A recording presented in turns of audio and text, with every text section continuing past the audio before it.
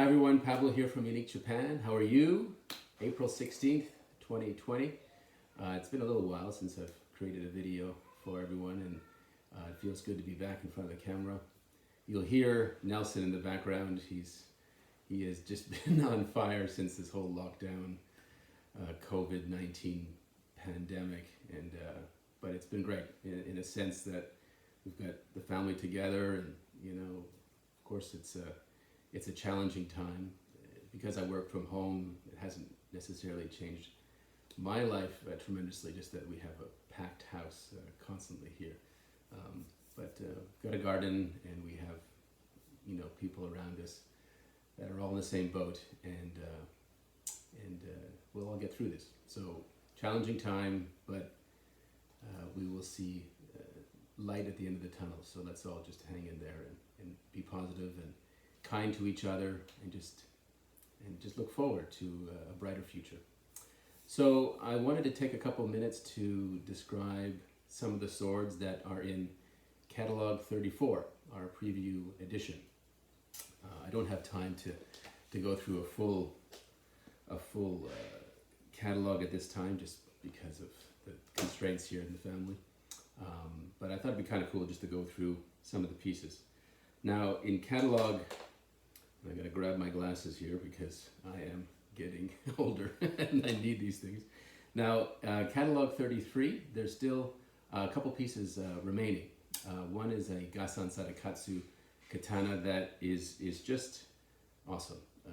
If you're looking for a sword that has ayasugi, beautiful ayasugi hada, then it's kind of like that wavy hada.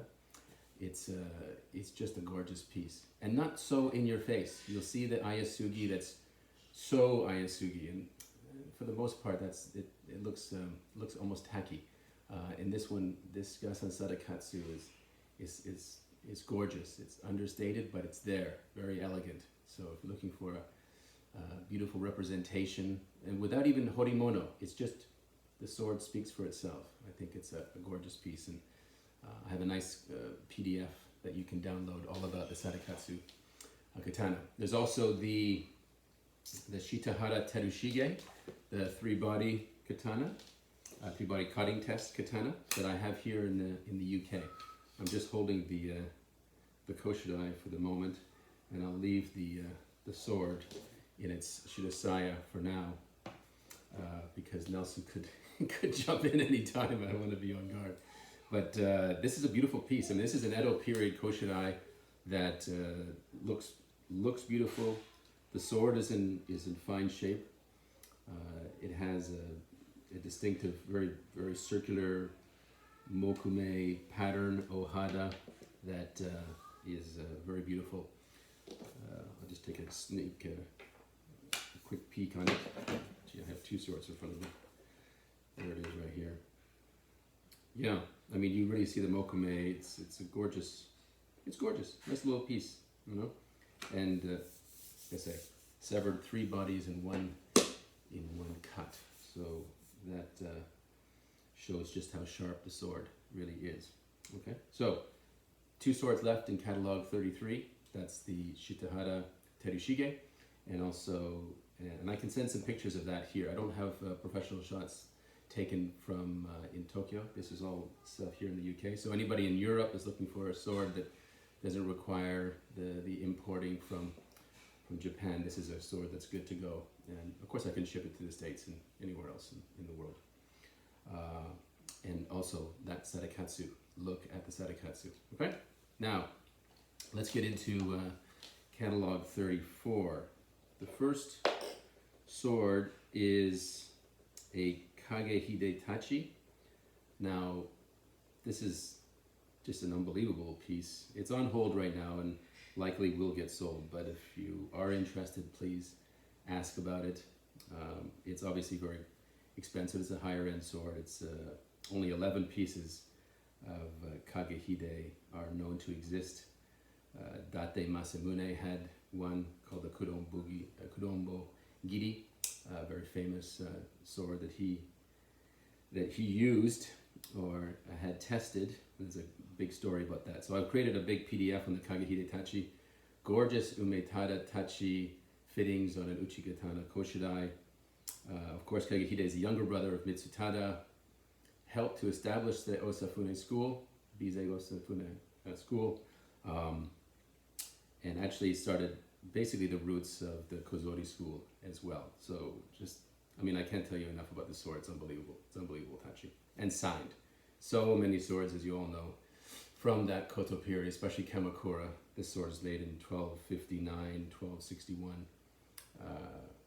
They're all mume. Most of them are mume. This is a signed piece. The kage is in full descript, and also part of the hide can be seen as well. Anyway, just a lovely sword. Next up, Tsunetoshi. That's a solid, very solid Tokubetsu Hozon piece from the Shinshinto period piece. I've had Tsunetoshi before. He's a wonderful smith. Just, everything about the sword is solid and well made. And the Koshidai itself is gorgeous. Actually has kind of a Christmassy sort of theme to it. It's got this kind of reddish hue. It's really pretty. I really like the Koshidai. I was just in Japan in January. I should have probably mentioned this earlier, but I was in Japan pre-COVID, just like before everything sort of blew up. I came back, and from my trip. I was in mid-January. I was there, and all of a sudden, it just took over, right? And I had managed to get to Japan, and bought Kagehide and a number of pieces when I was there. So fortunately, I managed to dodge a bullet in some sense. But anyway, Tsunetoshi. If you need, again, all the pictures here are just previews. If you need more information, more images, I'm glad to provide them to you. Okay, so consider that Tsunetoshi has a Tanzan Saigaki. This is signed, by the way, Chojusai, so it's one of the latest swords that Tsunetoshi made. The next sword is a Morihiro katana. This was made about 600 years ago. This is early Muromachi period sword, so very like Oe era. This is a Chiozuru school, and one of the first swords made from the Chiozuru school, from the Rai past, and I don't know. I mean, this sword was sold a while ago to one of my closest VIP clients, and for a number of personal reasons, he's having to let go of part of his collection. And this Morihiro, you can see it's just UJK 116, one of the first katanas that I sold. It's a gorgeous piece, very long, almost 80 centimeters in Nagasa, and ubu. It's an ubu nakago. So signed. How many swords do you see ubu nakago at 78.7 centimeters? Gorgeous curvature, and just a lovely sword. I mean, we made a custom koshirai for this piece with a matsu, a pine theme. Just beautiful. It turned out really lovely, and it was great to see it again when I was in January there. So this sword has Tokubetsu Hozon, just received Tokubetsu Hozon, never applied for Juyo. As always, it's a long shot to get Juyo, but we haven't applied for Juyo. But it does have Tokubetsu Hozon, and it has NTHK NPO Yushu Saku, which is their highest level, basically the Juyo of NTHK. It's in a book, lovely sword, Kaku Dome, so it's got a kind of squarish end on the bohi. So this is a lovely sword. So please consider this Morihiro. Nagamichi, this is an unsigned Edo period sword, but it's Ubu Nakago. It's been attributed to Miyoshi Nagamichi, first generation. It's a seriously sharp sword. On the flip side, Uda has a cutting test, a two-body cutting test that was performed by Makita Gorozaimon Shigezane in 1742. So, well, it looks like about 50 or 60 years after the sword was forged, this sword was tested, and it severed two bodies in one stroke. So Miyoshi Nagamichi, as you know, is a Josaku, or a superior smith with Saijo O Wazamono ranking. So we just polished the sword. It looks great, just sharp, lovely. And the Koshidai I love very much. It has a mother of pearl scabbard. It looks like the night sky. It's just a beautiful looking, Edo period, by the way, koshidai, and on the saya itself, the scabbard itself, you'll see some shisa lions that are looking up to the sky. It's really gorgeous. So, fantastic, well-made sword, cutting test, and lovely display with the koshidai. I think this Nagamichi is a beautiful piece.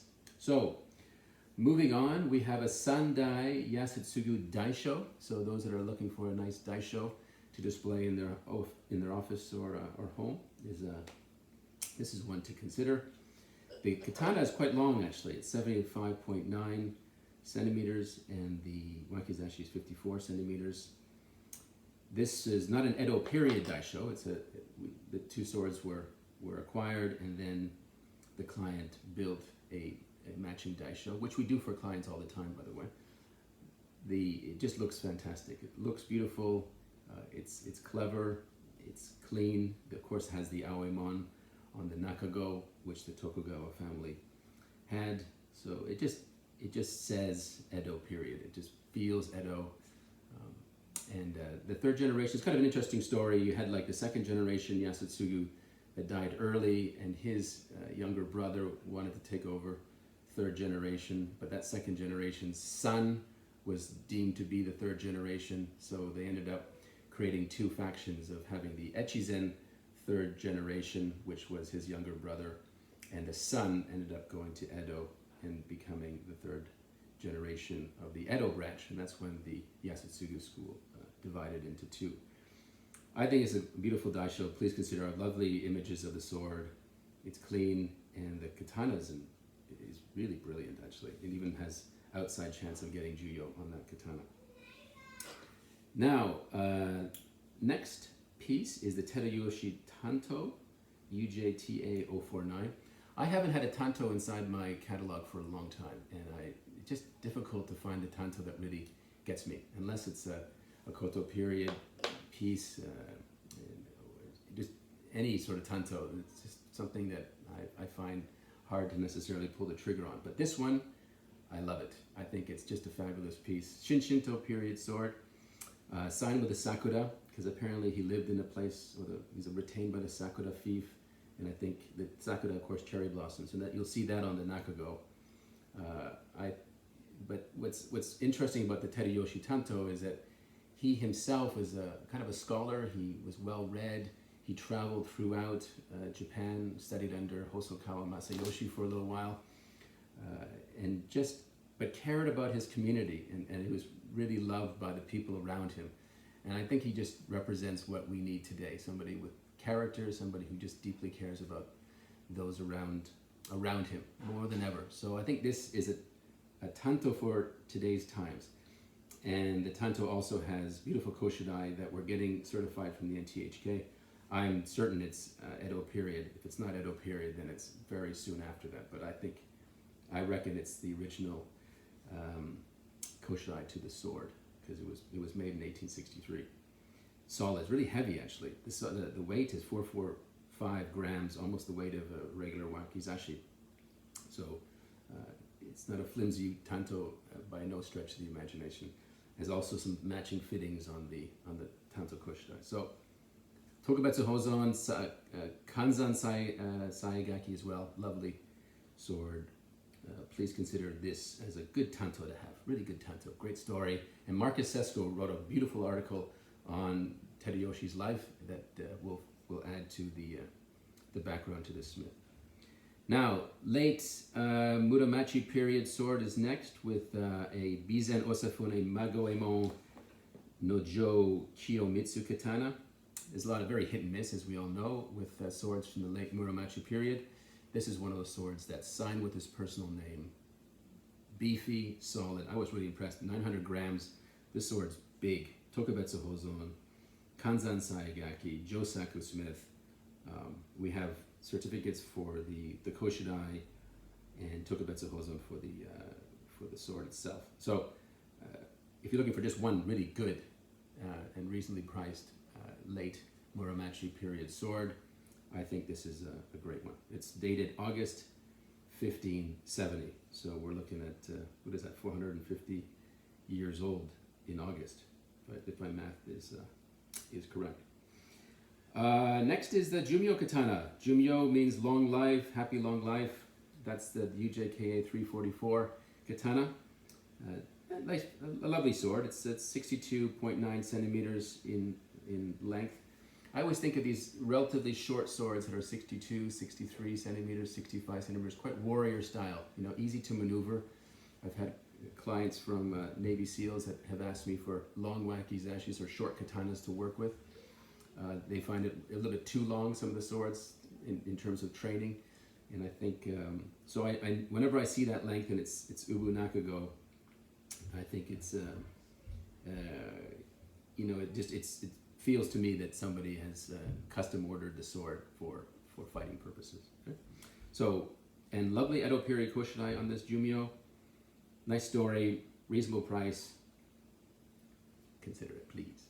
Now, inside this catalog, you'll see a couple great koshinai projects, which I'm very proud of having completed. This one right here, this is for Mark. Mark, you know who you are. You have the Norikatsu katana. Norikatsu, one of my favorite Shinshinto period smiths. I'm a big fan of the Masame straight grain hara. And what we did for this sword, you can see that the grooves on this particular koshinai are straight, right? So we wanted to mimic the straight grain of the Masame hara on the jihada, which just turned out brilliantly. And I sold a Juyo Hosho school katana a few years back now, and it had this very same scabbard, and I wanted to get it replicated, and I'm so glad I did. So it looks fantastic. It was in a dragon theme. I bring that up, and I'll get to the Neo after that, because the following three swords, apart from the top one, Minetsugu has already been sold. I bought that in January. Had a client who was a big collector of Shinshinto period swords, and so I asked him if he would be interested, and he picked that sword up right away. Minetsugu, one of my favorites, big solid sword. And we're building a custom koshinai for that. The next sword, these next three swords, all of them can be, of course, collected in just its shirasaya, but if you are interested in building your own custom koshinai for your family, then these are three great candidates to consider. The Masamine Tachi 348, he's a former living national treasure. This is my first Masamine, quite proud to have. This received Tokubetsu Hozon.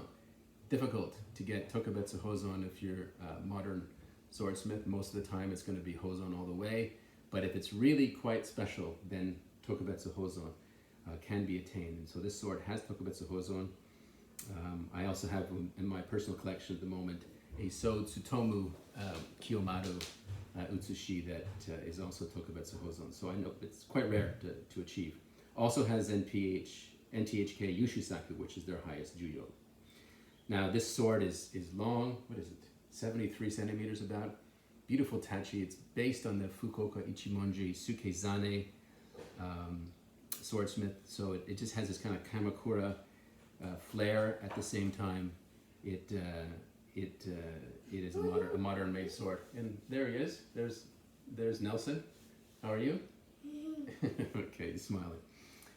So that sword, we can probably do a nice handachi koshinai for that Masamine. I think it'll be fantastic. It'll look beautiful. I've done a few custom koshinais with tachi style suguta, and I love working with them. So we'll probably try to find a matching handachi mounts, and then we'll put them together, and it'll be awesome. The next sword, the katana from Shodai. Well, it's Shodai Tadayoshi, but he signed starting in 1624 with Tadahiro. And this is one of his first swords, because I think it was like May or April of 1624 that he started signing Tadahiro. And this is dated August of 1624.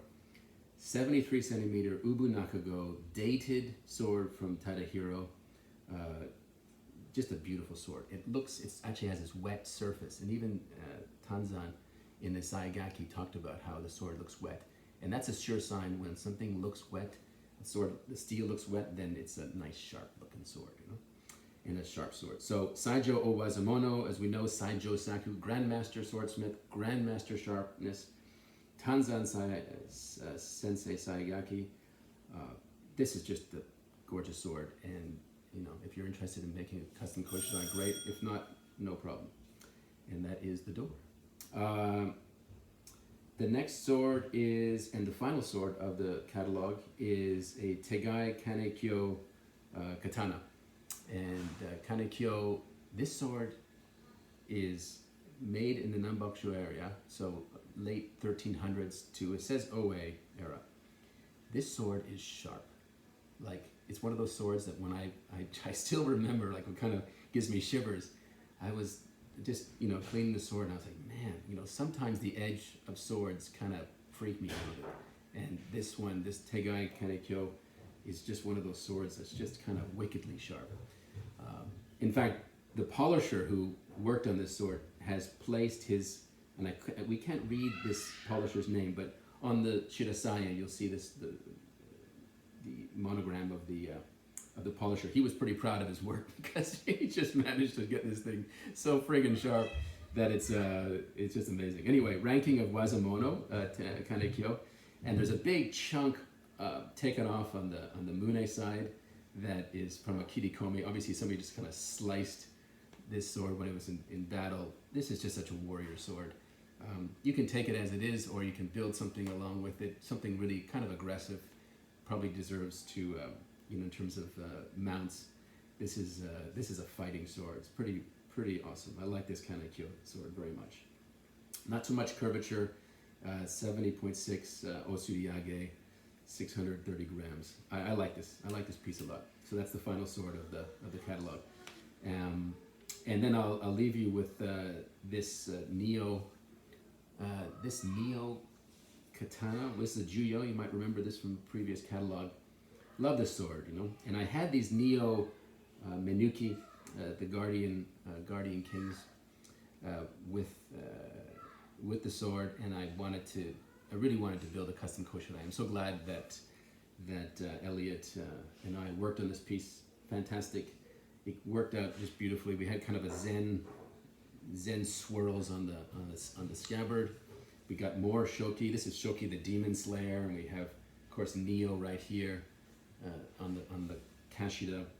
Great custom koshidai. I love building custom koshidai for clients. It's not a huge business necessarily for Unique Japan. It's more just more for the fun, and the results from a custom koshidai are just amazing. I just love it. So, thank you, Elliot, and congratulations. And one sword that we recently sold that my client will pick up here in the UK is this beautiful Gasan Sadakazu sword that was made in 1908, August. This was a Nanki Shigekuni Utsushi, just a masterpiece, one of his very, very greatest swords. The horimono is exquisite. Everything about this sword is amazing. I thought I'd just share a little bit of dragon spirit at the end of this catalog for you all, because we all need it. We got to fight through this, and we got to be patient, and we got to be kind, got to be caring, and we have to be optimistic. So to all of you who have said and checked up on me and my family and the well-being of UJ, I really appreciate it. You've been amazing. All of you have been amazing over the years, and I can't wait to continue to bring you super swords and just continue to serve you. So thanks to all of you. Good luck through this next few months. Think positive, think outside the box. There's going to be some great new opportunities coming our way. So the world's our oyster. All right, take care now. Thanks a lot.